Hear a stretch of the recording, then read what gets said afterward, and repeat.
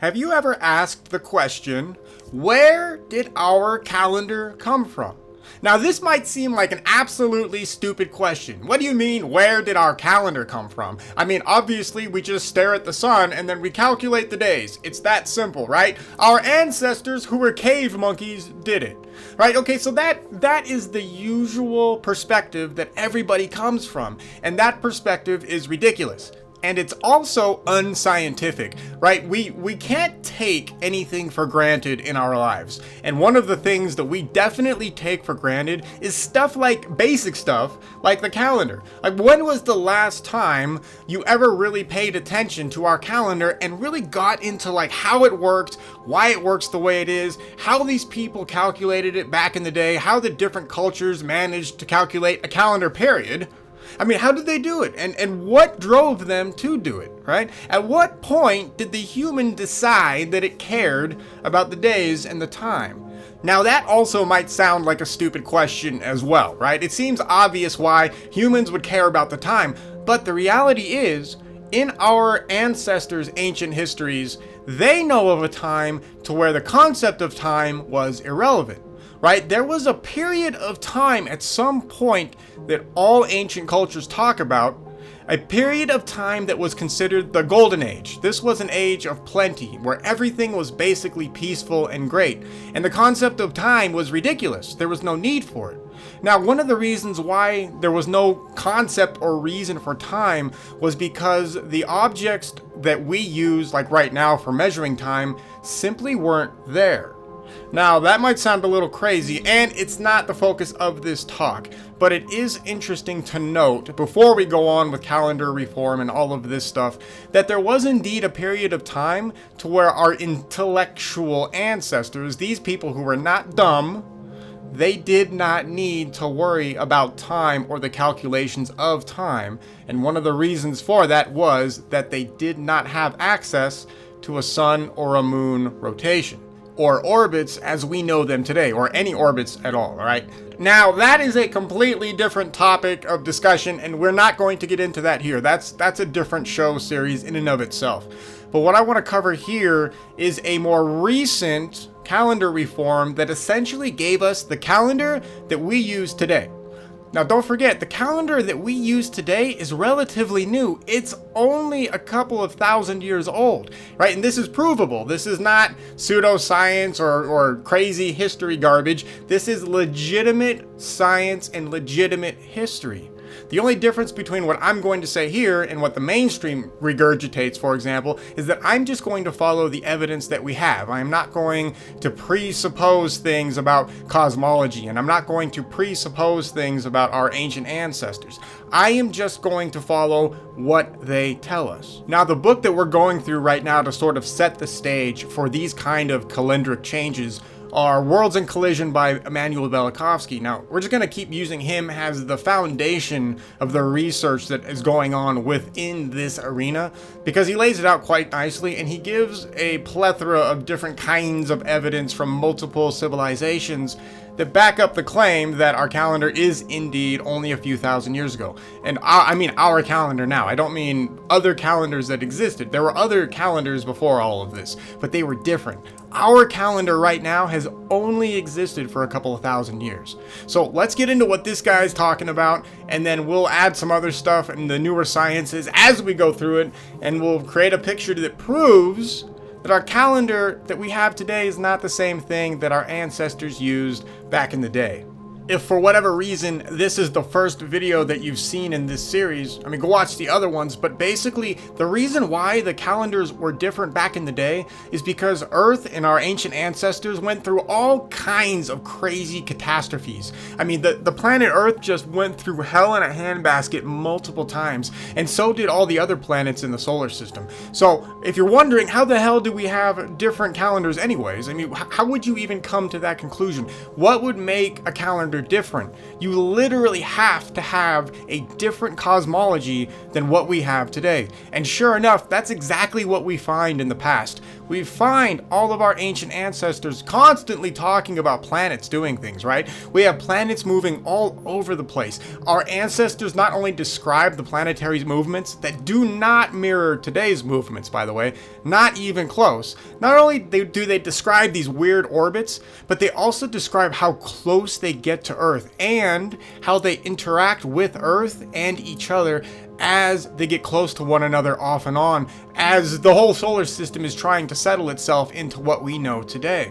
So I know all of that probably sounds a little crazy, but it's all scientifically possible. There's nothing that I just said that is scientifically impossible. It's all legit stuff. And if you're wondering, well, how the hell did all of that happen? That is a subject for a completely different talk, and we'll get into that a little later. So for now, let's stick to the 360-day calendar situation, and we'll start to get into how the Reformation happened to get into the 365-day calendar that we use right now. Alright, so let's get into this. We'll have Velikovsky lead us off, and then we'll inject any new science or data that we have since discovered to back up his claims as well as other people's claims that the year was indeed different just a couple of thousand years ago. This section of the book is called The Reforming of the Calendar. In the middle of the 8th century, the calendar then in use became obsolete. From the year minus 747 until the last of the catastrophes on the 23rd of March, minus 687, the solar and lunar movements changed repeatedly, necessitating adjustments of the calendar. Reforms undertaken during this time soon became obsolete in their turn, and were replaced by new ones. Only after the last catastrophe of minus 687, when the present world order was established, did the calendar become permanent. It's amazing that we didn't have a permanent calendar. You know, just the fact that we find all of these ancient cultures with all of these different calendars that all match each other during very specific periods in time. You know, you would think that mainstream people would be all over that. I mean, that's an amazing find, and they just completely ignore it. All right. Some of the clay tablets of Nineveh found in the royal library of that city contain astronomical observations made during the period before the present order in the planetary system was established. One tablet fixes the day of the vernal equinox as the 6th of Nisan. On the 6th of the month of Nisan, the day and night are equal. But another tablet places the equinox on the 15th of Nisan. We cannot explain the difference, wrote a scholar. Judging by the accurate methods employed and the precision achieved in their observations, the stargazers of Nineveh would not have erred by 9 days. In the astronomical tablets of Nineveh, 3 systems of planets are extensively represented. Single planets are followed in all their movements in 3 different schedules. For the movements of the moon, there are 2 different systems. Each of these systems is carried out down to the smallest detail, but only the last system of the planets and of the moon conforms to the present world order. So basically, these guys had different calendars and systems that are recorded right there, right? And mainstream completely just ignores the other versions of the calendar, right? They're just dumb. These people were stupid. They didn't understand things. Like, that's the entire point of view. All right, oh, Jesus.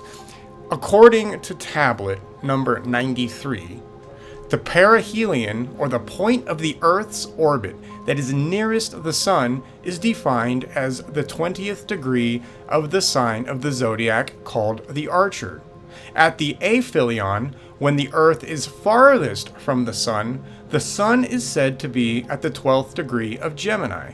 Accordingly, these points are designated as stations of the fastest and slowest solar motion.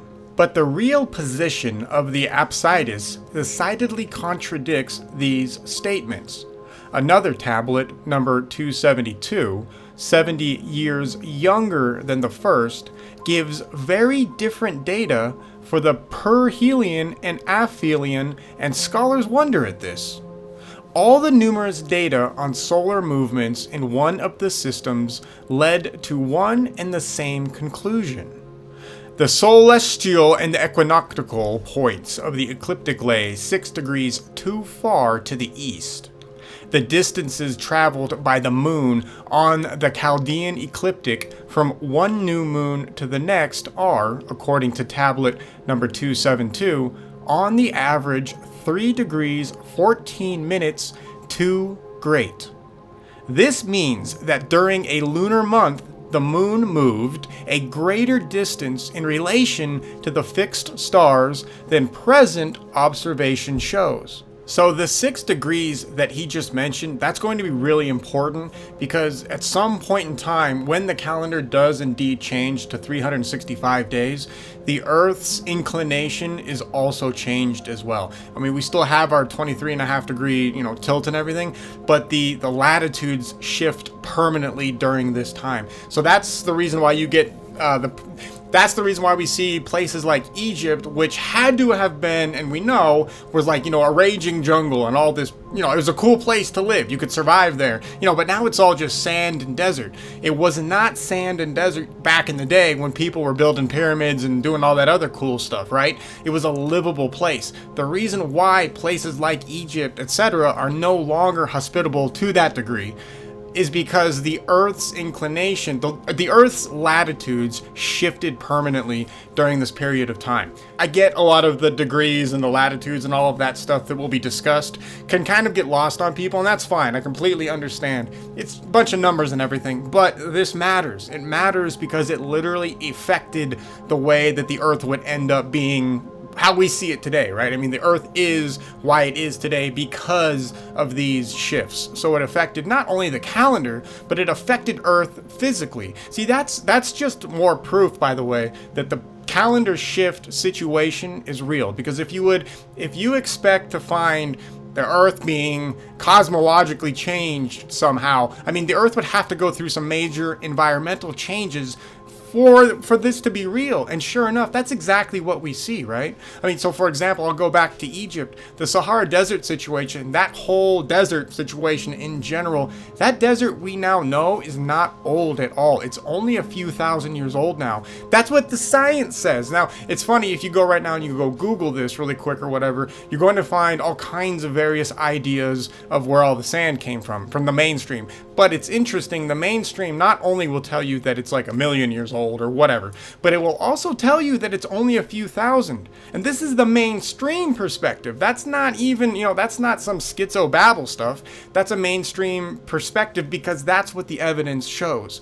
But of course, the question you have to ask is, well, how the hell did it turn to desert? Like, what the hell would cause the desertification of half of a continent, right? Or 30% of a continent? How do you get that? Well, you have to shift the Earth. And if you shift the Earth, you mess with the calendar, and then you find ourselves in the position that we're in right now. All right, let's keep reading.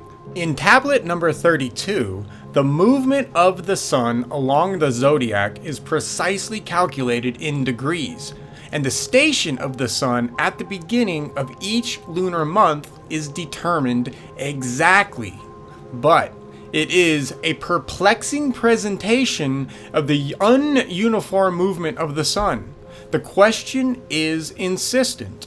Why is it that the Babylonians formulated the non-uniformity of the solar movement precisely in this way? As the various systems recorded in the astronomical tablets of Nineveh show, the world order changed repeatedly in the course of a single century. Hence, the Chaldean astronomers had the task of repeatedly adjusting the calendar. From certain passages in the astrological tablets, it is easy to see that the calculation of times and seasons was one of the chief duties of the astrologers in Mesopotamia. The scholars ask, how could those men employed for that very purpose have made the egregious mistakes recorded in the tablets? and carried these mistakes over into systems in which the movements of the sun, the moon, and the 5 planets were recorded with repetitions at regular intervals. These movements and intervals being consistently different from those of the present celestial order. Basically, how could the Babylonian astronomers have been so stupid? I mean, what was just said basically is that at some point in time, they have all these crazy calculations that are following, Venus, Mars, etc., the moon, and none of these calculations line up with what we have today. But these calculations are meticulous. They're no joke. I mean, this is legitimate physics and math that these people were doing. They weren't stupid. They were recording what they were seeing, right? So when mainstream archaeologists or historians get their hands on these tablets and they start seeing all of these calculations, it's a big head scratcher and it doesn't make sense. Now, for the classically trained mainstream person, they have to just say that these people were stupid. They have no choice because they have no other way of explaining why these people would have these weird calculations, why they would have this kind of a cosmology that doesn't line up with anything we have today, right? But if we follow the evidence of which they give us as well, right? It's amazing. So these tablets, the Library of Nineveh tablets, there's all this amazing information in there. I mean, there's a lot of garbage too, don't get me wrong. Well, it's not garbage, you know what I mean. But for our purposes, there's a ton of this really interesting information, and they tell us exactly what happened. They record it. They tell us about the movements of Venus, Mars, etc. They talk about the relations with these things, and they also talk about what their ancestors had to deal with regarding these planetary movements as well. Now, a lot of the recordings obviously are going to be dealing more with how they're living life, because a lot of the stuff in the Library of Nineveh is directly related to their period, right? They're recording what's going on in their time. So when planetary motions don't line up, how do you explain that? What do? So it's easy. It's simple. It's ridiculously easy. All you do is just read the tablets and they tell you what happened. The information is right there, right? We have close encounters with Venus and Mars, and it's right there in the tablet. All right, okay, yeah. Let's move on. All right, let's move on. Basically, okay. How could the stargazers who composed the earlier tablets be so careless as to maintain that the year is 360 days long? A mistake that in 6 years accumulates to a full month of divergence. Or how could the astronomers of the royal observatories announce to the king the movements of the moon and its phases on wrong dates, though a child can tell when the moon is new, and then record all this in a very scholarly tablets requiring advanced mathematical knowledge? Why would they do that? Why would they record all of this crazy stuff, this mathematical genius work, and then give it to the king? They give this stuff to the king, right? This is literally their jobs. Their job is to just calculate stuff, right? And they're giving these calculations, which are supposedly wrong, to the king, and the king's like, oh yeah, that's cool. Oh yeah, totally. No, this is good stuff, you guys. Thank you. Yeah, good stuff. Yeah, keep on calculating. I love it. I love it. Right? That's not happening, dude. No one in Babylonian times is looking at these calculations and being like, oh yeah, these are great. They're wrong, but they're great. This is good stuff. Nobody's doing that. Everybody looks at these calculations and they're like, yeah, that's what we're seeing right now. So that's what that's the observation. Here's the calculations. Now we can predict, the next few months and years, at least relative to what's going on right now. Right now, things are going to change, obviously. And then, okay, we'll keep going. All right, so hence scholars speak of the enigmatic mistakes. However, it appears to us that the tablets, with their changing astronomical systems, reflect the changing order of the world and consequent attempts to adjust the calendar to the changes. See, that's also interesting as well. So as you go through these tablets, you can watch as the calculations change. Right? And they change corresponding to the stories of the planets and their movements as well.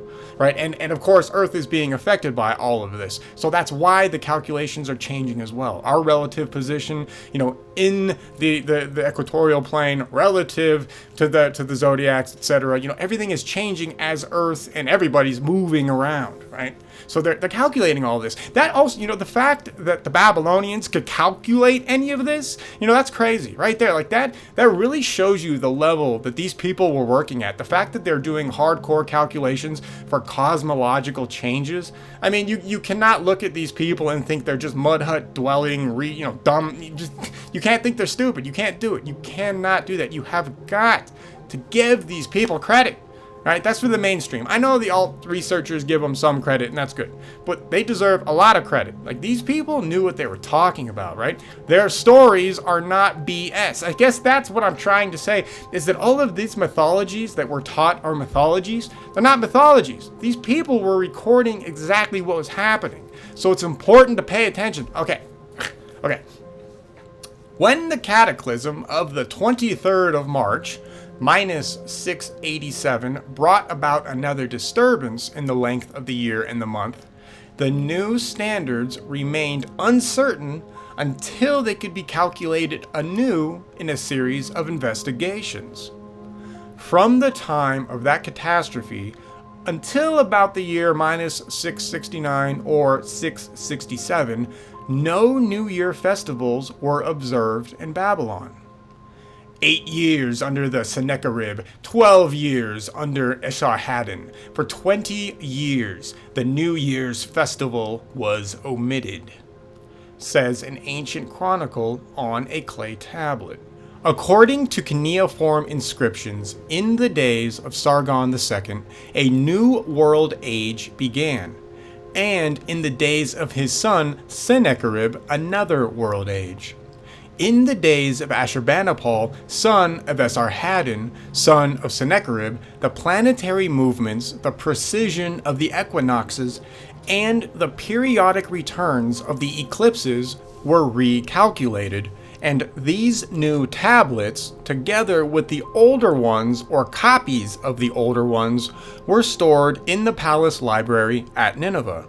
The tablets from Nineveh provide the best possible opportunity to learn how the order of the world changed in the 8th and 7th centuries, BCE, whatever you want to call it.